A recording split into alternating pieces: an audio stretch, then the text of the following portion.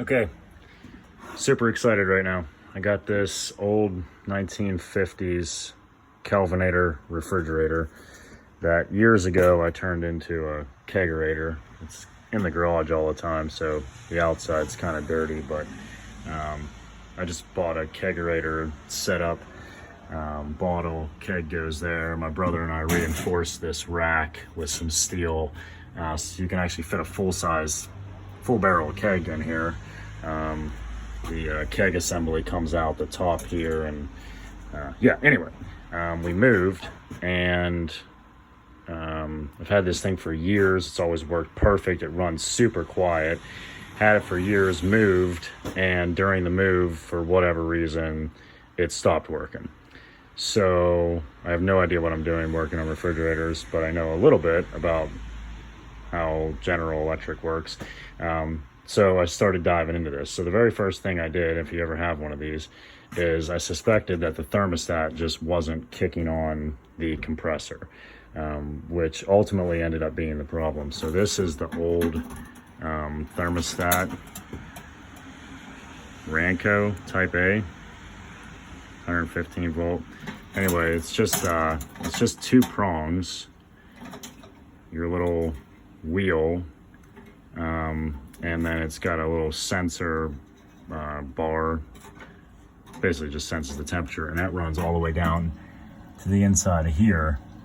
If you can hear that thing right now,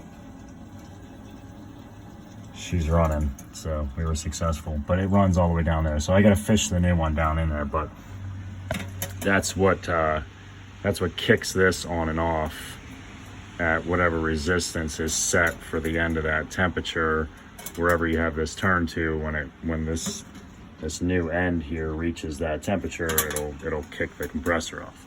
So anyway, this was not turning on the compressor no matter which way you turned it. And the way I tested that is just to take the two wires here, which one of them's doubled up. I'll show you that on the diagram. One of them's doubled up and this one's a single. Just touch those two to take them off the thermostat and touch them together, and the compressor kicked on. So bad thermostat, right? Well, then holy hell broke loose, because you come back in here and now you can see I've still got to do all this wire up legitimately, find a place to rig up that relay and stuff. But back in here, you can see part of my original diagram that I was trying to understand how this all worked. But this wiring was super crusty, and it's from the 50s. It had never been rewired.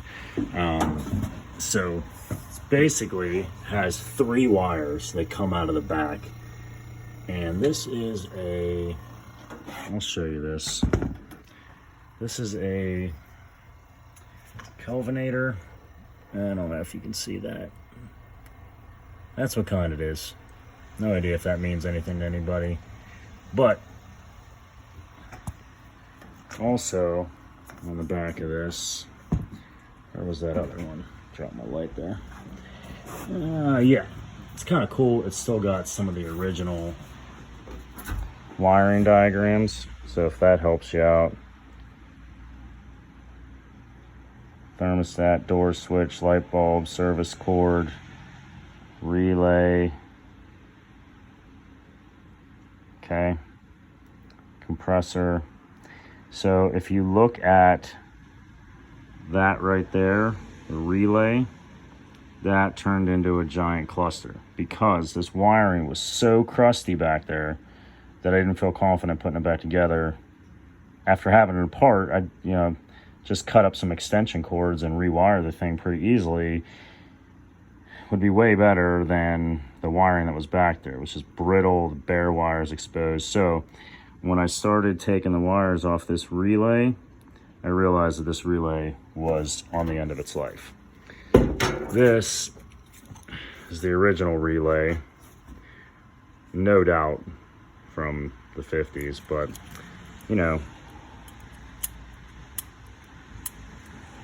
just power goes in on one end, kicks the breaker over, and powers it. Well, this thing was super brittle.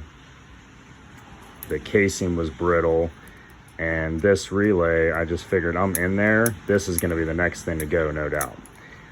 I mean, it's lasted this long, but so did the thermostat. So anyway, went on the old Amazon, picked up just a generic thermostat, which unfortunately the knob doesn't fit on there perfectly anymore, and I still have the original knob, so I'm gonna figure that out. Haven't decided how yet, but I'm gonna figure out how to get that to work back on there.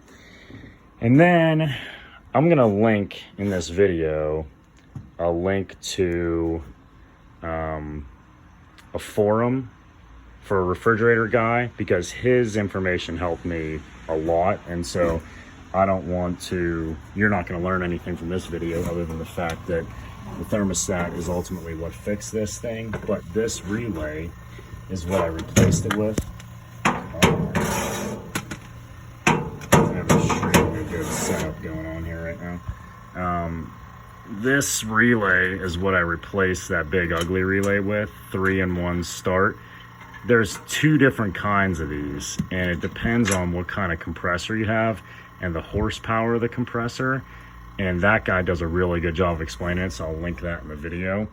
But basically, I went through, ohmed out all my wires, and drew myself a diagram, basically like the one that was on the back, but actually ohming out to verify that, yes, the wires are properly, because you never know if somebody had been in this, if it was wired properly. So I did that, and then he shows you the desired ohms for ohming out the compressor. And there's, on the back of the compressor, these letters are kind of stamped into the compressor. He tells you how to ohm those out. Now, he labels them ABC, which for me was ABC. So you have to figure that out. But these were the desired ohms he gave, and this is what I ended up with. So, are you guys impressed yet? BG is getting a little high on resistance. It's a 50-year-old compressor. I wasn't surprised by that. Don't know how bad that is, but it is purring like a kitten. It's running right now. Right? I think that's actually quieter than my brand new refrigerator in my house. Okay. And Kelvinator, frozen food chef Kelvinator, frozen food chest. I don't know if you can see that, but it is getting, I can't even hold my hand on that. It's so cold. So it's definitely working good. So pretty cool. So whatever that increase in resistance there isn't enough to stop it from working, but I'm sure someday the compressor will go out. I think I found them for like $100, but then you'd have to get the Freon dealt with, and I don't know. It's a pretty cool refrigerator though. So anyway, 1950s Kelvinator, plug it in, won't turn on. Ended up being the thermostat. Went to go check the wiring in the back for the thermostat, found super crusty wiring. I just cut up some extension cords for your wires. I'll clean up this wiring, and I'll put the link to that guy's website that showed me which part number relay to get. And you know, if that's helped somebody, I'll be surprised, but good luck.